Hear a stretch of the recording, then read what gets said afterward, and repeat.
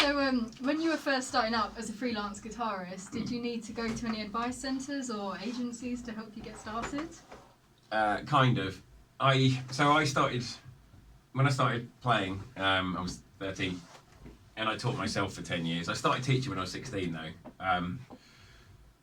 But I knew how to play, but I didn't know all the theory and all the stuff you're supposed to know. So I went to ACM in Guildford to get my higher diploma in guitar, so then I could teach properly and learn music theory and all those things that you're supposed to learn. So they were quite good because they kind of gave advice on what to do and how to get funding for it. Because I had to get funding to go to the ACM. I couldn't just you just turn up. So I had to apply for some sort of loan, career development loan, I think it was, which I then had to pay off for the next few years afterwards. But when I finished there, it's literally you finish and then you're out. They don't offer you a job. So that was a bit tricky. There wasn't any agencies or anything like that. There was a music shop in Wallingham where I lived at the time, and I went there and I went to Martin Mickels Music in South Croydon and just went in and asked if I could start teaching. And I took along a musical CV, which we were told we should do at the ACM. And I took that along and they were like, what on earth's this? We were told that everywhere would require one. Apparently that wasn't the case.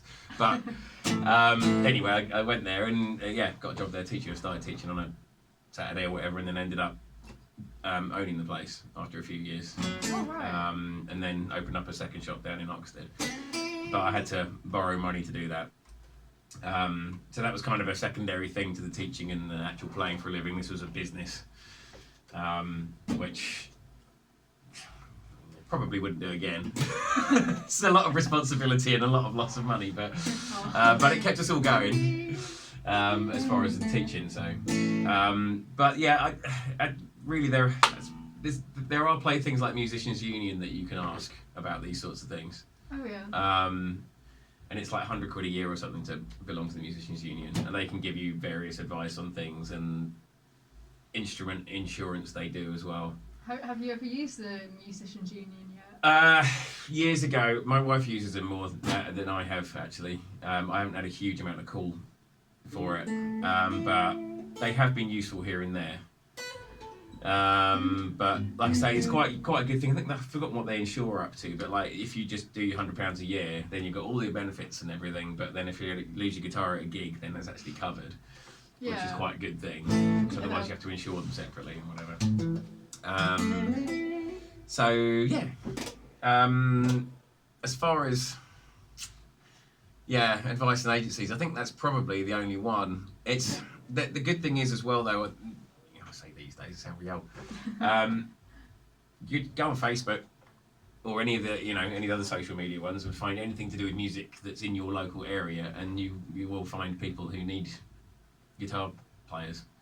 You just need to keep badgering people, unfortunately, which is a horrible thing to have to do, but if you're good enough, it'll work. Yeah. Just got to be nice to everybody, that's the thing. Don't annoy anybody, because it's quite a small world in the musicians' world. You can come across the same people all the time.